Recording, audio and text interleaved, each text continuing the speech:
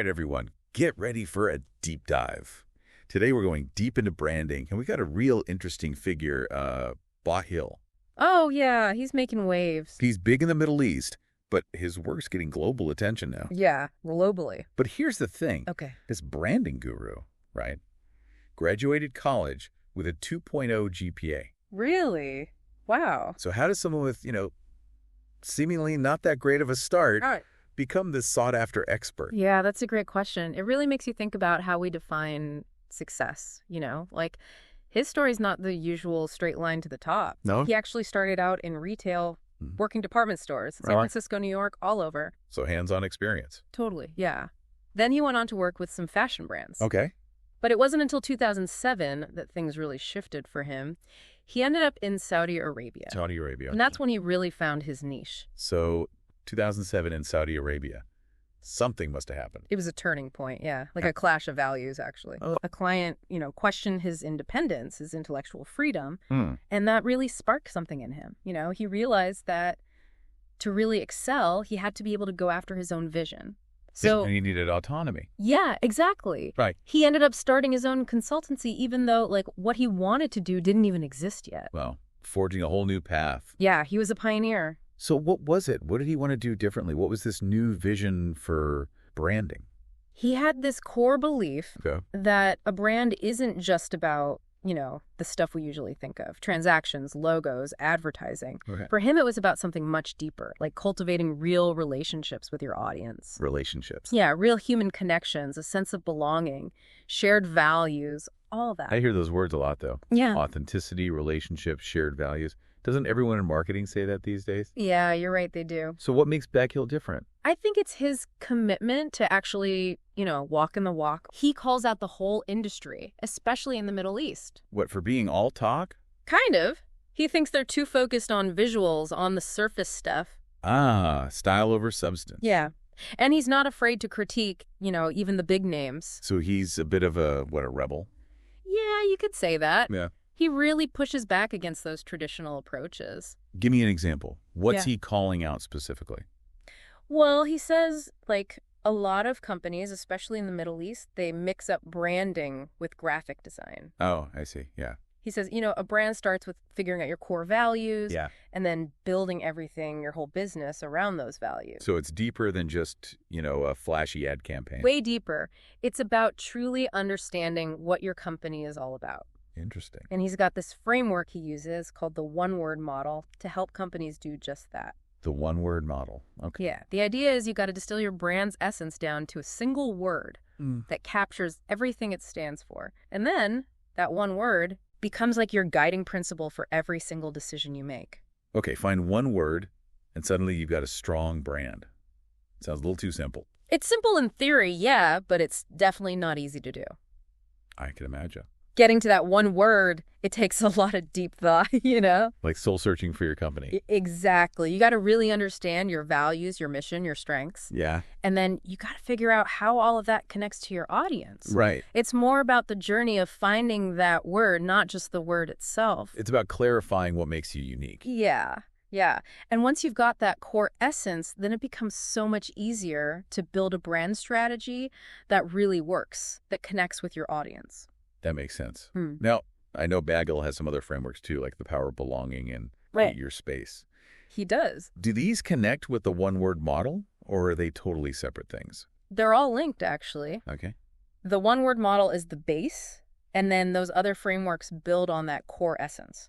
The power of belonging, for instance, that one focuses on how you create a sense of community, a shared identity with your customers. So it's about making people feel like they're part of something bigger. Yeah, exactly. And what about create your space? I'm curious about that one. Create your space, that's all about standing out. Okay. In a crowded market. Right. It's Right. not just finding a niche, it's about owning a space in your customer's mind. Interesting. That's where BaAghil's idea of the science of branding comes in. Okay, the science of branding. I like that phrase.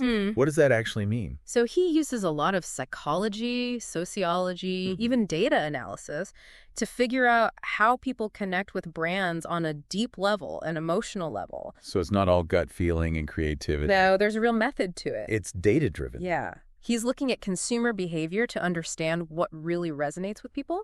That makes sense. Yeah. So he's analytical, But he's also clearly very passionate about this stuff. We've heard he's pretty outspoken on LinkedIn, even gets blocked for challenging the status quo. What's he calling people out on? He's fiercely protective of brand strategy as a serious discipline. Hmm. He's really critical of people he sees as non-professionals. What? Like, they're diluting the field, he says, and giving clients bad advice. So he sees personal branding as part of this whole authenticity thing. Definitely. He thinks your personal brand should be a real reflection of who you are, not some fake persona. He sees a lot of people on LinkedIn trying to create these, perfectly curated profiles. Right. And he's not shy about calling them out. So it's back to being real, being true to yourself? Exactly. And that's what he applies to company branding as well. Makes sense. But how does all this focus on authenticity and relationships, how does that work in the digital age? Especially with AI getting so big. That's where things get really interesting, actually. BaAghil thinks AI is going to make the need for transparency and authenticity even bigger. I could see that. Like, AI can expose fakeness more easily, right? Yeah, it's harder to hide behind the marketing fluff when AI can cut through it. Exactly. He thinks brands that are relying on smoke and mirrors, they're going to get found out really fast. Because AI can analyze everything. Yeah, and spot the inconsistencies. But on the other hand, brands that are truly genuine, that have built real relationships, They'll be fine. they'll thrive. So AI could actually be a good thing for the branding world. By forcing everyone to be more honest. Yeah, potentially. And BaAghil thinks his frameworks, the ones about building those authentic connections, they're going to become even more important because of AI. That makes a lot of sense. Yeah. So from what we've seen so far, BaAghil's message is figure out what you stand for, build real relationships, and get ready for a future where transparency is everything. That's a great way to put it. And it applies to personal branding just as much as company branding. In this digital world, authenticity is how you stand out.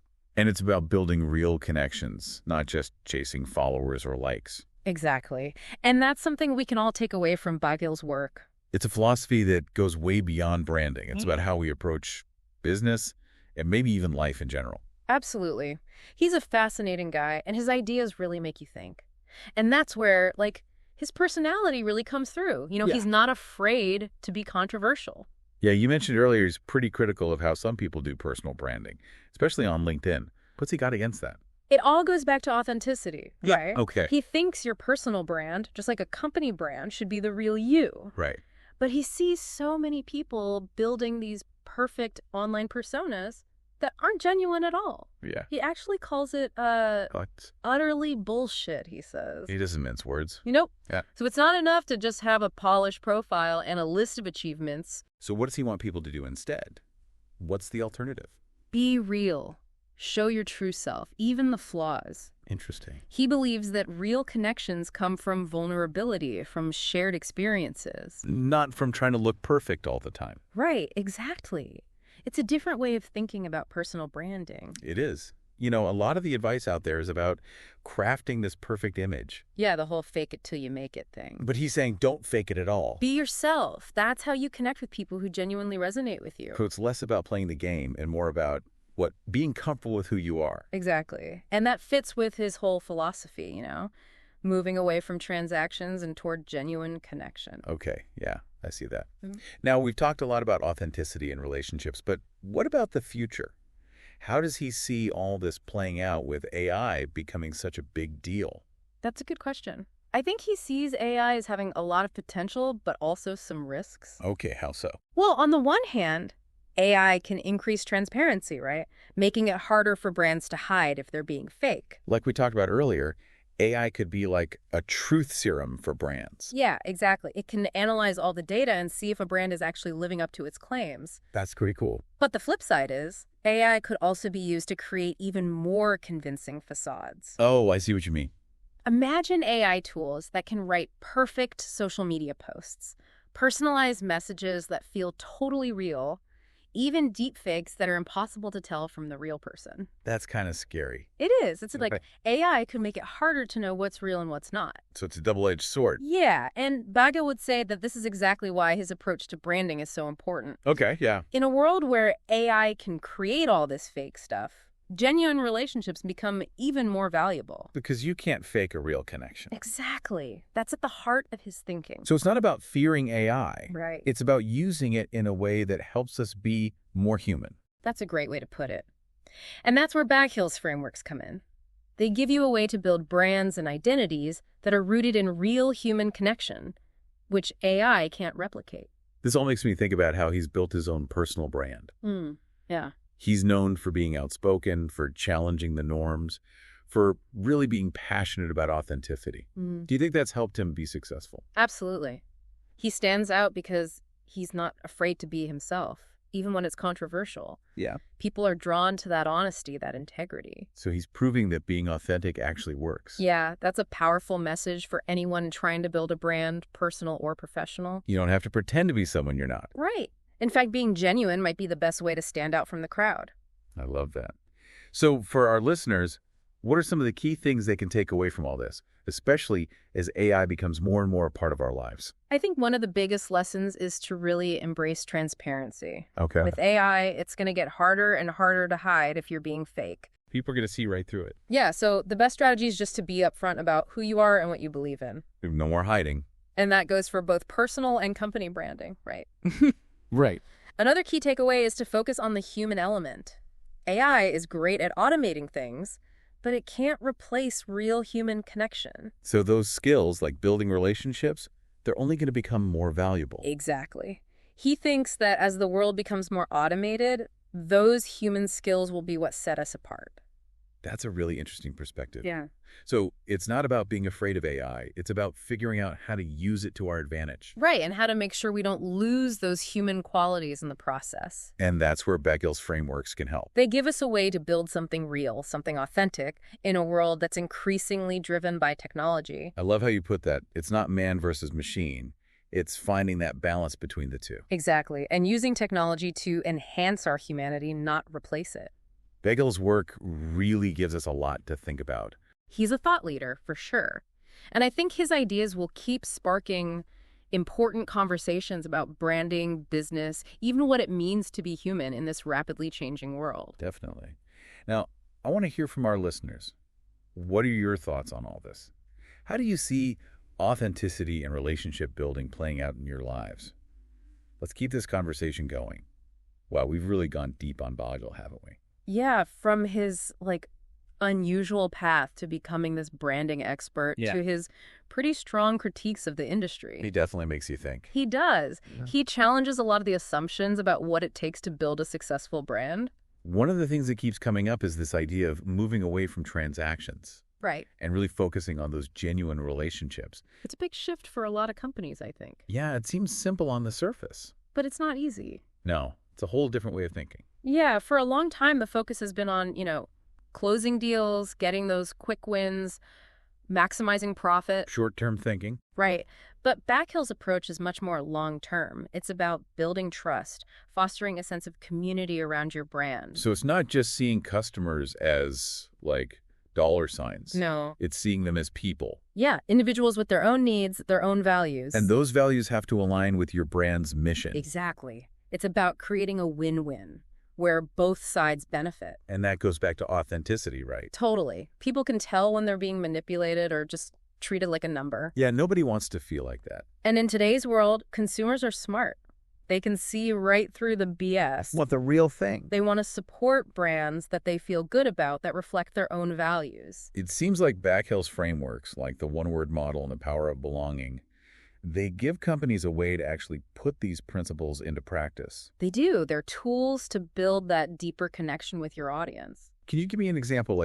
How could a brand use one of these frameworks to really connect with people? Okay, let's take the power of belonging. Imagine a company that sells, outdoor gear, right? Yeah. Instead of just talking about the features of their products, they could use this framework to build a whole community around their brand. They could host events, sponsor trips, share stories of people using their gear to connect with nature, with each other. So it's about creating experiences that go beyond just buying and selling stuff. Exactly. It's about tapping into that human need to belong. to be part of something. Yeah, and when people feel that sense of belonging with a brand, they become more than just customers. They become, what, fans? Fans, advocates, they spread the word, they bring in more people who share those same values. It's a powerful cycle. It is, and it all starts with creating that genuine connection. It seems like BaAghil's philosophy has a lot to offer, not just to companies, but to individuals, too. Definitely. What advice would you give to someone who wants to apply these principles to their own personal brand? I'd say be yourself. Don't try to be someone you're not. Don't chase trends. It goes back to that authenticity thing. Exactly. Figure out what makes you unique, what you're passionate about, and share that with the world. Let your real self shine through. Yeah. Don't be afraid to show your flaws, your struggles, your successes. It's that vulnerability that connects with people. So it's not just about what you put online. It's about how you interact with people in real life, too. Be present, be empathetic, be genuinely interested in connecting with others. So if we had to sum up BaAghil's message, it's about embracing who you are, building real relationships, and trusting those connections will lead to success. That's a great way to put it. It's a message that really resonates, especially in today's world where people are looking for meaning, for connection. Well, that's about all the time we have for today's deep dive on BaAghil. Yeah. But I hope this conversation has sparked some ideas for you. And maybe inspired you to think differently about how you approach branding, business, and even life. Thanks for joining us. And until next time, stay true to yourself.